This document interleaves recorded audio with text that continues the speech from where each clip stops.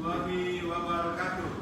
Waalaikumsalam. Bagaimana kabarnya Ananda semua? Baik, Pak. Alhamdulillah. Oke. Pada pertemuan kali ini kita akan membahas tentang kelola emosi. Bagaimana Ananda nanti memperoleh keterampilan mengelola emosi. Contohnya ketika marah, ketika sedih, ketika bahagia, ketika galau dan yang lainnya. Tapi sebelum kita masuk pada pembahasan kita hari ini, alangkah baiknya kita berdoa terlebih dahulu. Sebelum kita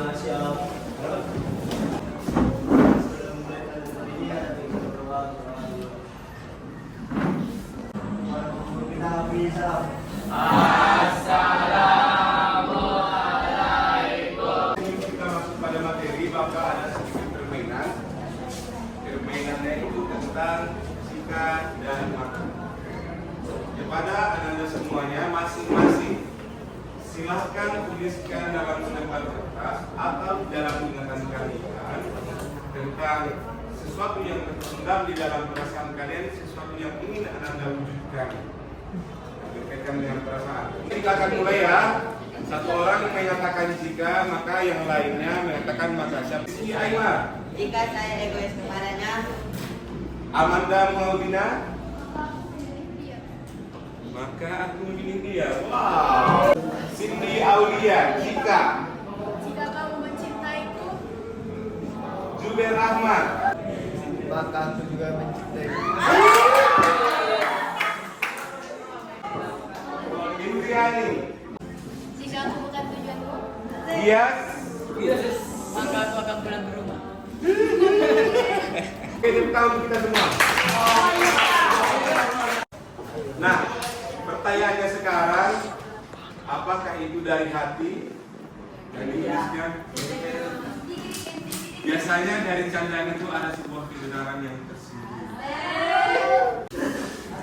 Silakan masing-masing kelompok mendiskusikan fisik dan ekspresi yang ditimbulkan.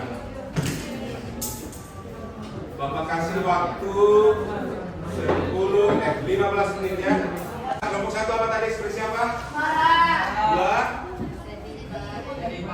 dua, tiga, empat. Oke. Terima kasih waktu 15 menit.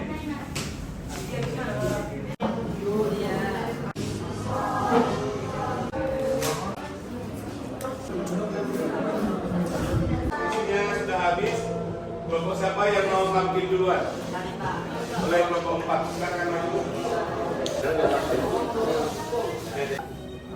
Assalamualaikum warahmatullahi wabarakatuh. Waalaikumsalam warahmatullahi wabarakatuh. Di sini kami akan menjelaskan tentang perasaan saat senang. Bacakan oleh teman saya, Rizky Aiman. ciri-ciri senang dari fisik dan wajah.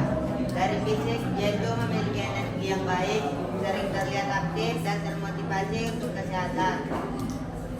Dari wajah, yaitu sering tersenyum dan sering terlihat bahagia. Kami dari kelompok 1 akan menyampaikan diskusi kami tentang perasaan marah.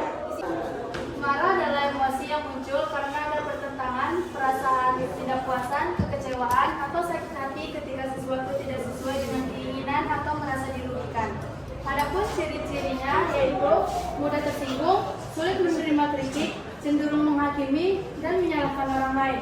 Adapun gambaran fisik atau ciri-ciri fisiknya, yaitu tatapannya tajam, wajahnya memerah, tubuh menjadi tegang, tangannya terkepal. Dampak negatif dari marah ialah menyebabkan penyesalan atau luka batin. Dari kelompok 3 akan menjelaskan tentang ekspresi malu. Yang pertama yaitu mengurangi percaya diri, sulit melakukan pendapat, dan kurang pengalaman. Contoh ekspresinya, wajahnya merah, suaranya yang lembut, wajah yang kesepian, wajah ekspresinya yang tidak dapat tidak pasti dan tidak dapat diatas. Kami dari kelompok A akan menjelaskan tentang ekspresi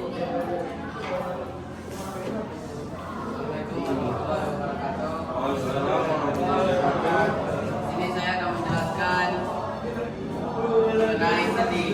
Sedih adalah kondisi seseorang ketika dia mengalami kehilangan atau suasana hati yang tidak mengenakan. Ciri-ciri orang yang sedih adalah: 1. Ekspresi wajah terlihat murung dan kosong. 2. Postur tubuh yang terlihat membungkuk atau bahu menurun, kepala seiring menunduk. Yang ketiga, gerakan dan sikap yang jarang tersenyum. Dan keempat, nada suara pelan dan bicara singkat dan lambat. Sekian, assalamualaikum warahmatullahi wabarakatuh. Waalaikumsalam. Tepuk tangan dulu.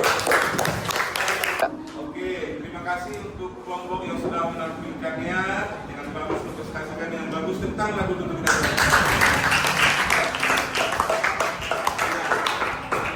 Tadi ini beberapa emosi ya. Emosi senang itu ciri-cirinya, fisiknya orangnya mudah senyum, senyumnya lebar, tubuh berasa ringan. Misalnya ke sekolah, dia akan lebih semangat ke sekolah dan energinya meningkat. Contohnya di sini kayak siapa ya? Siapa kira-kira yang selalu semangat di sini? Atta, ya. Rizky, Juanil, yang lagi marah gitu kan. Misalnya si Baisa mengajak si Rafa niatnya bercanda gitu kan. Misalnya ganggu-ganggu cucu atau bagaimana. Rafa responnya langsung meledak gitu kan. Penyah kau dari sampingku gitu kan. Langsung kena gampar gitu kan. Apa dampaknya kira-kira kalau terjadi emosi yang meledak itu?